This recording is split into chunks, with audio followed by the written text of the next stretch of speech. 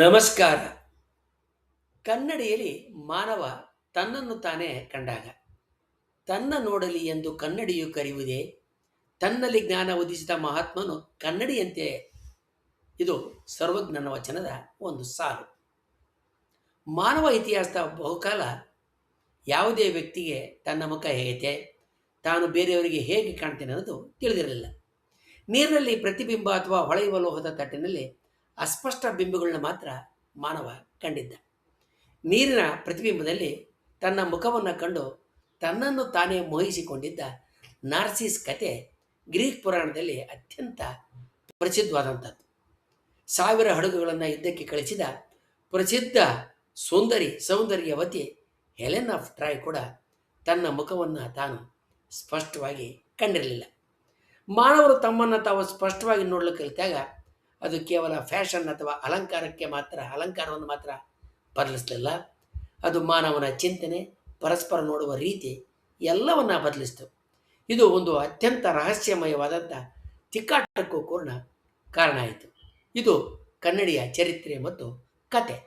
ಕನ್ನಡಿ ಪದ ಕೇಳಿದ ತಕ್ಷಣ ನಮಗೆ ಬೇಲೂರು ಮತ್ತು ಹಳೆಬೀಡುಗಳಲ್ಲಿರುವ ಕನ್ನಡಿಯಲ್ಲಿ ತಮ್ಮ ಮುಖವನ್ನು ನೋಡಿಕೊಳ್ತಾ ಇರುವ ಹೆಂಗಸಿನ ಶಿಲ್ಪ ದರ್ಪಣ ಸುಂದರಿ ಕಣ್ಮುಂದೆ ಬರ್ತದೆ.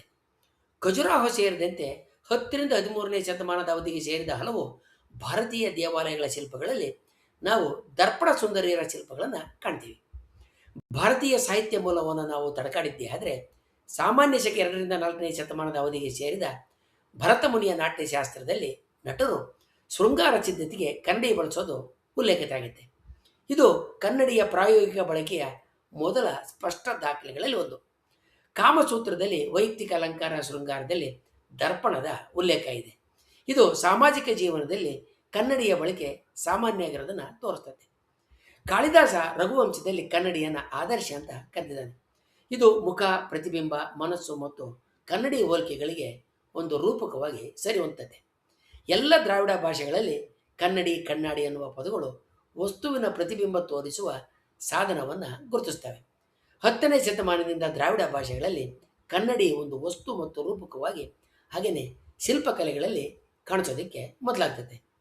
ನಾವು ಈಗ ಹೇಳಿದ್ದೆಲ್ಲವೂ ಕನ್ನಡಿ ಚರಿತ್ರೆಯಲ್ಲಿ ನಂತರದ ದಿನಗಳ ಮಾಹಿತಿ ಮಾತ್ರ. ಕನ್ನಡಿಗಳ ಚರಿತ್ರೆ ಬಹಳ ಹಿಂದಿನ ಕಾಲಕ್ಕೆ, ಸಾವಿರಾರು ವರ್ಷಗಳಿಂದಕ್ಕೆ ಸಾಗ್ತದೆ. ನಾಳೆ ನೀವು ಎದ್ದಾಗ ನಿಮ್ಮ ಮನೆಯಲ್ಲಿರುವ ಎಲ್ಲ ಕನ್ನಡಿಗಳು ಮಾಯ ಆಗಿವೆ, ನಿಮ್ಮ ಫೋನ್ ಪರದೆ ಪ್ರತಿಬಿಂಬ ನೀಡೋದಿಲ್ಲ, ಯಾವುದೇ ಹೊಳೆಯುವ ಮೇಲ್ಮೈ ಇಲ್ಲ ಅಂತ ಒಮ್ಮೆ ಕಲ್ಪನೆ ಮಾಡಿಕೊಳ್ಳ್ರಿ. ಆಗ ನೀವು ಹೇಗಿದ್ದೀರಿ ಅನ್ನೋದನ್ನು ತಿಳಿಯೋದಕ್ಕೆ ನೀವು ಮತ್ತೊಬ್ಬರನ್ನ ಕೇಳಬೇಕಾಗತ್ತೆ.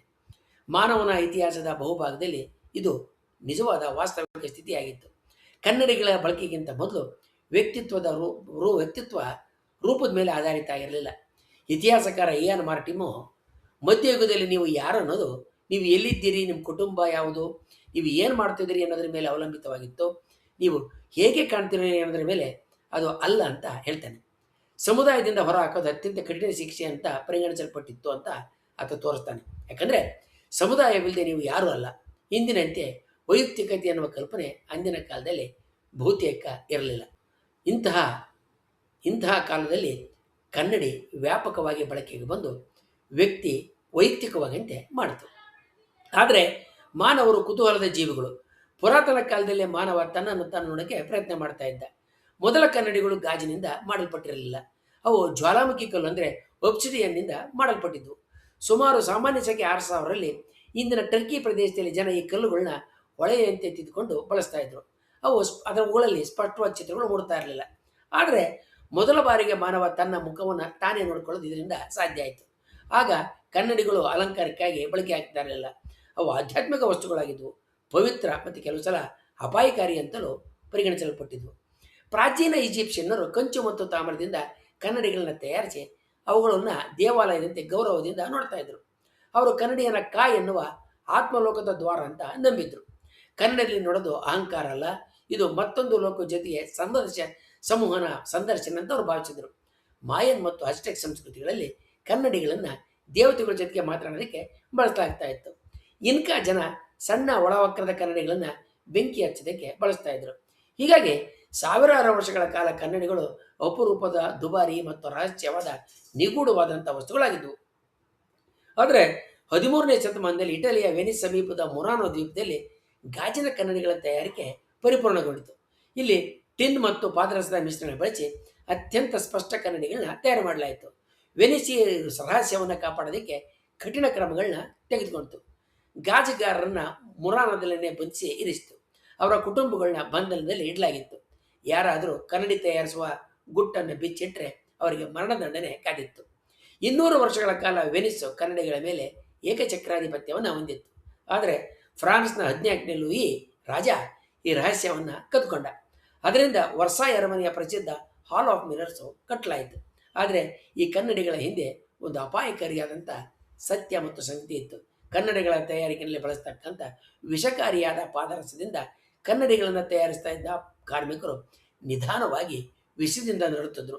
ನಡುಕ, ಸ್ಮರಣಶಕ್ತಿ ಕಳೆತ, ಮನೋವೈಕಲ್ಯ ಅವರನ್ನು ಕಾಡ್ತಾ ಇತ್ತು. 1835ರಲ್ಲಿ ಜರ್ಮನ್ ರಸಾಯನ ವಿಜ್ಞಾನಿ ಜಸ್ಟಸ್ ವಾನ್ ಲೀವಿಗ್ ಪಾದರಸದ ಬದಲು ಬೆಳ್ಳಿಯನ್ನು ಬಳಸ್ತಕ್ಕಂಥ ವಿಧಾನವನ್ನು ಕಂಡುಹಿಡಿದ. ಇದು ಸುರಕ್ಷಿತ, ಕಡಿಮೆ ವೆಚ್ಚದ ಮತ್ತು ಹೆಚ್ಚು ಸ್ಪಷ್ಟ ಪ್ರತಿಬಿಂಬವನ್ನು ನೀಡಿದವು. ಇಂದಿಗೂ ನಾವು ಇದೇ ವಿಧಾನವನ್ನು ಈಗ ಆಧುನಿಕ ಕನ್ನಡಿಗಳಲ್ಲಿ ಬಳಸ್ತಾ ಇದ್ದೀವಿ. ಕನ್ನಡಿಗಳು ಎಲ್ಲರಿಗೂ ಸಿಕ್ಕಾಗ ಒಂದು ದೊಡ್ಡ ಮಾನಸಿಕ ಬದಲಾವಣೆ ಘಟಿಸಿತು. ಜನ ತಮ್ಮ ಮುಖವನ್ನು ಪರಿಶೀಲನೆ ಮಾಡ್ಕೊಳ್ಳೋಕ್ಕೆ ಪ್ರಾರಂಭ ಮಾಡಿದರು. ಇದರಿಂದ ನಾನು ಎನ್ನುವ ವೈಯಕ್ತಿಕತೆಯ ಕಲ್ಪನೆ ಬಲವಾಯಿತು, ದಟ್ಟವಾಯಿತು. ಕಲೆಗಳಲ್ಲಿ ಸ್ವಯಂ ಚಿತ್ರಗಳು ಹೆಚ್ಚಾದವು. ಜನ ತಮ್ಮ ಹುಟ್ಟಿದ ದಿನಾಂಕಗಳನ್ನು ದಾಖಲಿಸೋದಕ್ಕೆ ಆರಂಭಿಸಿದರು. ವೈಯಕ್ತಿಕ ಗೋಪ್ಯತೆ ಎನ್ನುವ ಕಲ್ಪನೆ ಬೆಳೀತು. ಆದರೆ ಇದ್ರ ಜೊತೆಗೆ ಹೋಲಿಕೆ ಕೂಡ ಬಂತು. ಇತರ ಜೊತೆಗೆ ಹೋಲಿಕೆ ಮಾಡ್ತಕ್ಕಂಥ ಪದ್ಧತಿ ಕೂಡ ಬಂತು. ಜನ ತಮ್ಮ ರೂಪವನ್ನು ಇತರ ಜೊತೆಗೆ ಹೋಲಿಸೋದಕ್ಕೆ ಪ್ರಾರಂಭಿಸಿದ್ರಿಂದ ಹಲವಾರು ಸಂಗತಿಗಳು, ಹಲವಾರು ಸಾಮಾಜಿಕ ಮೌಲ್ಯಗಳು ಪಲ್ಲಟಗೊಂಡು ಸೌಂದರ್ಯದ ಮಾನದಂಡಗಳು ಸ್ಪಷ್ಟ ಆದವು. ಇಂದಿಗೂ ಕೂಡ ಅದರ ಪರಿಣಾಮವನ್ನು ನಾವು ಕಾಣಬಹುದು. ಕನ್ನಡಿಯನ್ನು ಹೊಡೆದ್ರೆ 7 ವರ್ಷ ದುರದೃಷ್ಟ ಎನ್ನುವ ನಂಬಿಕೆ ರೋಮನ್ ಕಾಲದಿಂದಲೂ ಬಂದೈತೆ. ಅವರು ಕನ್ನಡಿಯಲ್ಲಿ ಆತ್ಮದ ಒಂದು ಭಾಗ ಇದೆ ಅಂತ ನಂಬಿದ್ರಿಂದ ಇದು ಬಂದಿತ್ತು. ಮಧ್ಯಯುಗದಲ್ಲಿ ಇಂಗ್ಲೆಂಡ್ನಲ್ಲಿ ಕನ್ನಡಿಗಳನ್ನು ಮಾಯಾ ಮತ್ತು ಸೈತಾನನ ಜೊತೆಗೆ ಸಂಪರ್ಕ ಒದಗಿಸ್ತೇವೆ ಅಂತ ನಂಬಿದ್ರು.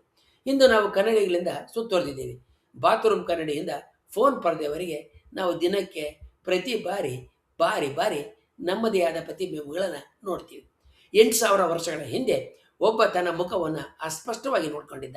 ಇಂದು ನಾವು ಫಿಲ್ಟರ್ಗಳ ಮೂಲಕ ನಮ್ಮ ಮುಖವನ್ನೇ ಬದಲಾಯಿಸಬಹುದು. ಕನ್ನಡಿ ದೇವರ ಲೋಕದ ದ್ವಾರದಿಂದ ಪ್ರಾರಂಭವಾಗಿ ಐಷಾರಾಮಿ ವಸ್ತುವಾಗಿ, ವಿಷಕಾರಿ ಸಾಧನವಾಗಿ, ನಂತರ ಮಾನವ ಮನಸ್ಸಿನ ಕ್ರಾಂತಿಯಾಗಿ, ಇಂದು ಸಾಮಾನ್ಯ ವಸ್ತುವಾಗಿ, ವೈಯಕ್ತಿಕತೆಯ ಅಹಂಕಾರ ತಣಿಸುವ ಮಾಧ್ಯಮವಾಗಿ ಬದಲಾಗೈತೆ. ಬಹುಶಃ ಇದೇ ಅತ್ಯಂತ ದೊಡ್ಡ ಬದಲಾವಣೆ. ಮಾನವ ವ್ಯಕ್ತಿತ್ವವನ್ನು ಬದಲಿಸಿದ ಕನ್ನಡಿ ಎನ್ನುವ ವಸ್ತು ಈಗ ಅದು ನಮ್ಮ ಗಮನಕ್ಕೆ ಬಾರದಷ್ಟು ಸಾಮಾನ್ಯ ಆಗೈತೆ. ಕನ್ನಡಿಯಲ್ಲಿ ತಮ್ಮ ಪ್ರತಿಬಿಂಬ ಕಂಡಾಗ ಪ್ರಾಣಿಗಳು ಹೇಗೆ ವರ್ತಿಸ್ತವೆ ಅನ್ನೋದನ್ನು ಕುರಿತಾಗಿ ವಿಜ್ಞಾನಿಗಳು ಸಂಶೋಧನೆಗಳನ್ನು ಮಾಡಿದ್ದಾರೆ. ಆ ಕುರಿತಾಗಿ ಮುಂದಿನ ವಿಡಿಯೋದಲ್ಲಿ ನೋಡೋಣ. ಕನ್ನಡಿಯ ಬಗ್ಗೆ ಇನ್ನೂ ಹೆಚ್ಚಿನ ಸಂಗತಿಗಳನ್ನು, ಕನ್ನಡಿಯಲ್ಲಿ ಮೂಡುವ ಪ್ರತಿಬಿಂಬಗಳು ಹೇಗಿರುತ್ತವೆ, ಅವು ಹಲವು ಕನ್ನಡಿಗಳಲ್ಲಿ ಎಷ್ಟು ಪ್ರತಿಬಿಂಬಗಳು ಮೂಡಬಲ್ಲವು ಅನ್ನೋದನ್ನು ವೈಜ್ಞಾನಿಕವಾಗಿ ತಿಳಿದುಕೊಳ್ಳೋಣ. ವಂದನೆಗಳೊಂದಿಗೆ.